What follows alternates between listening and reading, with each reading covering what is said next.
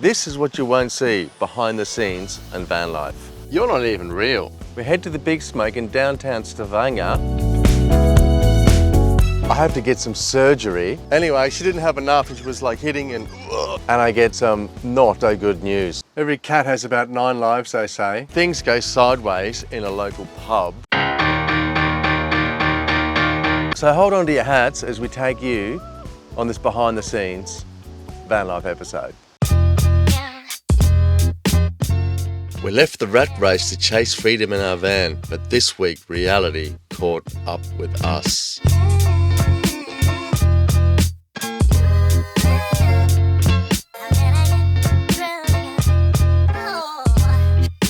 Now, we're here in Stavanger. Nina has to take a week at the home office.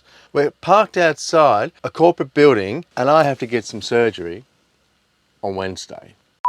Where's my coffee? Oh, you mean this coffee? You said you were going to become more minimalistic, use less power, have less showers, and go into a full Zen monk mood. You're not even real. You know we had to leave Roosendaal because of the heat wave, and then I've got surgery on Monday, and Nina needs to work in the office for a week, so pull yourself together. Well, I want to go back to Roosendaal because I want the waterfalls, the fjords, the community, and I don't like it here in Stavanger. So we need to go. Sometimes reality gets in the way of van life, so you just need to hold your horses, and in a few days we'll be back in Roosendaal, okay? This week's episode is not what Instagram shows you. It's the real side of van life itself. The quiet parts, the weird parts, and yes, the surgery on Wednesday. Let's go.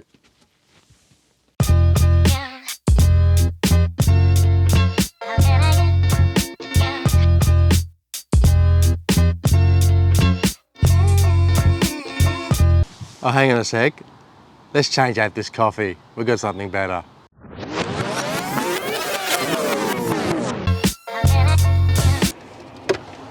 Now, where is that Coke Zero aspartame?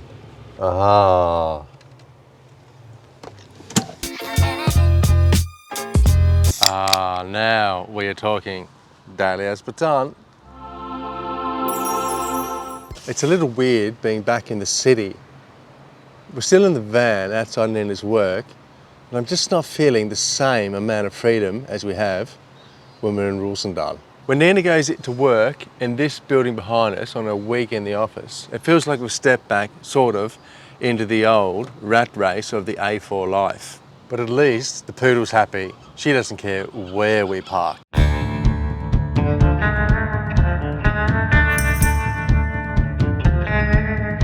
You're not going to believe this. We're on the daily aspartame segment of the episode, and one of Nina's colleagues, shit, I can't remember his name. Here's his name, here. Just came, brought me a daily aspartame. So thank you so much, sir. You are a legend. Now I've got 2. So van life, when you think about it on the paper, it is a dream, but the reality gets in the way of things. Tomorrow I've got to go in and get some minor surgery, get a skin cancer cut off my neck, and then hopefully that works out okay. Nina's got the week here to work out. I've been trying to talk with the workshop here about our gearbox, but we'll get to that a little later. It's turned into a massive nightmare. This week we got a bit of bad news. I've got a friend of mine who's been sick for a long time with a cancer, and things aren't looking good. So I've come down here because I need to spend some quality time with him. Today I'm going to go to watch the movies, the new Formula 1 with Brad Pitt, and we're going to grab a bite to eat at a Lebanese restaurant here in San Nez. Time's a strange thing. We're all on borrowed time, but we're living like we're living for an eternity. Every cat has about 9 lives, they say. It was a few years ago, I had a melanoma, got that cut out, it's all good, and now there's like a little basal carcinoma thing on my neck. You get that cut out. I don't know how many lives I've got next before they ran out, but the thing is, if we don't make the most of it, then what's the point? We're all gonna fall off the end of the earth at some stage. So for me, living in the van sometimes is a dream. Campfires, sunsets, magic beaches, good company. But sometimes, like this week, things are a little more difficult. The reality of life catching up to me and Nina, so it's a bit of a paradox there. But what are you going to do? All you can do is make the best out of it. So tomorrow we'll go down to the hospital, get this thing cut out and then of my neck, and then we'll go back to Roosendaal. I'm thinking maybe I might work out to the end of September there. And after that, the plan is to get to North Norway, get out to living again. It's been great working in the bar, but now I feel like I've been in the one spot for a long time, and I feel I need to get back on the road again. Get some winter van life, the snow, the northern lights, some skiing, and some cold weather. It's just what the doctor ordered, I believe. It's time to get on the road and go and see my mate. Nina's going to go to her girlfriend's house. I'll drop her off there first and come along and see what's cooking.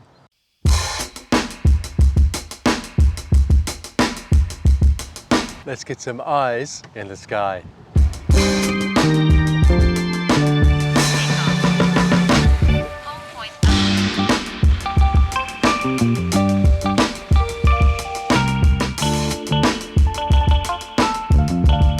We're talking about how the life can catch up with you. I've got a hot tip for you folks sitting on the sofa at home.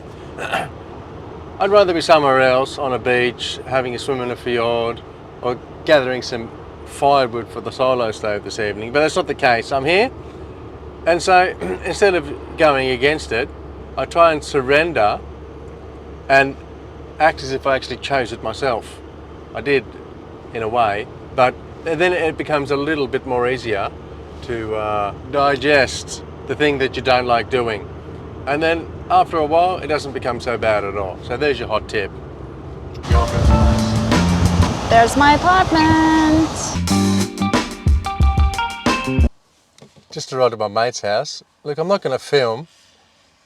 I'll try and get some B-roll shots of our afternoon, but I'm going to take it out now because it's important we use some time together.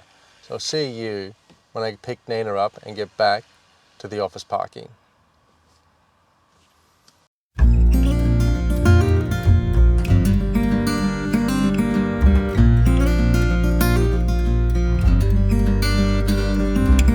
When I moved to Norway 16 years ago, Inge was my first friend I made. He took me in and showed me incredible hospitality, him and his whole family.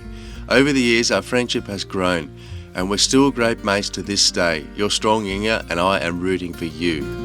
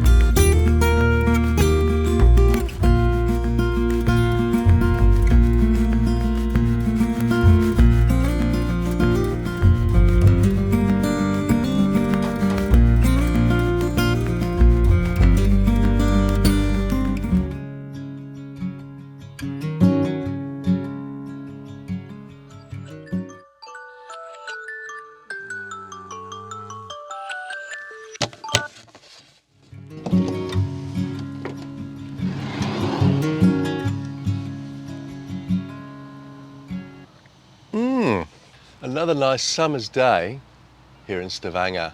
Today's the day. Nina's going to finish work at 1 o'clock and she's going to come along to get me into the hospital today to get this thing cut out. I just got a Snapchat from a friend and there's some tall ships happening in Stavanger. So I think after that we're going to cruise into Stavanger, show you the tall ships and see what's cooking downtown Stavanger. I'll see you there in 3, 2, 1. Right, let's get this thing done.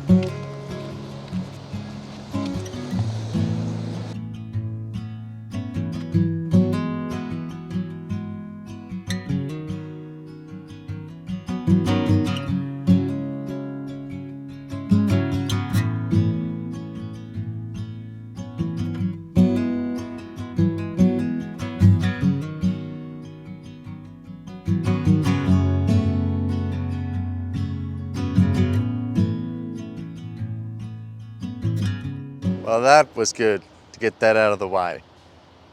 She put in some like, what do you call it? Bedøvelse. Using my English here. 16 years living in Norway. I lose some English words sometimes and I can't think of the word, but you know the needle, bedøvelse. Tell me in the comments what it is. The needle that numbs the pain. Anyway, she didn't have enough and she was like hitting and a little bit, but I took a teaspoon of concrete. I didn't say anything and she got the job done, so I'm happy now. We're going to go into Stavanger, check out these tall ships and see what's cooking in this little magnificent city.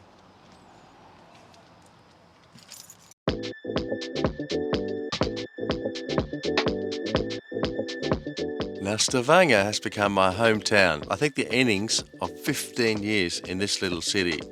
It's charming, it's unique, and it's a place that I call home. I've actually led you on a bum steer. There is no tall ships race. I don't know, that Snapchat must a few weeks old. But we're here in Stavanger. Every Wednesday in the summer, they have this thing called, look out Nina, they have this thing called Fjorge i Vågen, which is a free concert outside the main strip of pubs.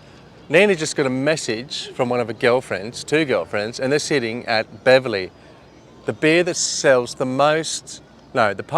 most beer per hectare in the whole of Europe. They go bananas there on the beer.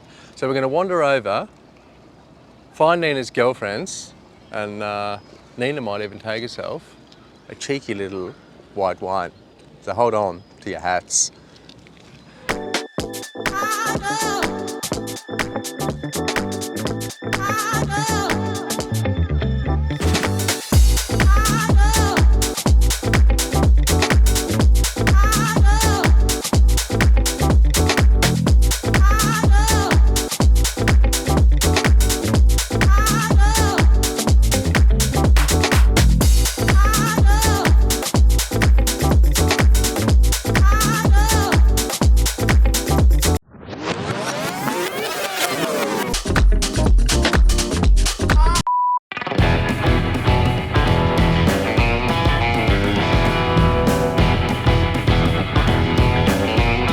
Now that was one hell of a party.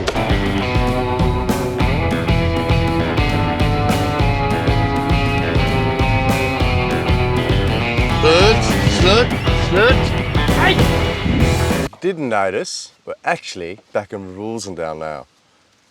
It's been a big week down in Stavanger. You've seen behind the scenes of what we get up to when we're not filming the Instagram stuff. A little update on the gearbox. We've got the supplier that gave us the gearbox, we've got the insurance company and the workshop. I've been in a dialogue with all three, but they're not being very helpful. So I'm waiting for a phone call on Monday, and if nothing eventuates out of that, then I'm going to bring in the big guns because they're taking the piss and we need a new gearbox. We paid our money and enough is enough. So I think I might leave you here now for this week. If you come this far in the video, then thank you very much. Give us a subscribe, do all the stuff, like, comment, and it will help us out immensely for the channel. Bye-bye, Picture. Bye-bye.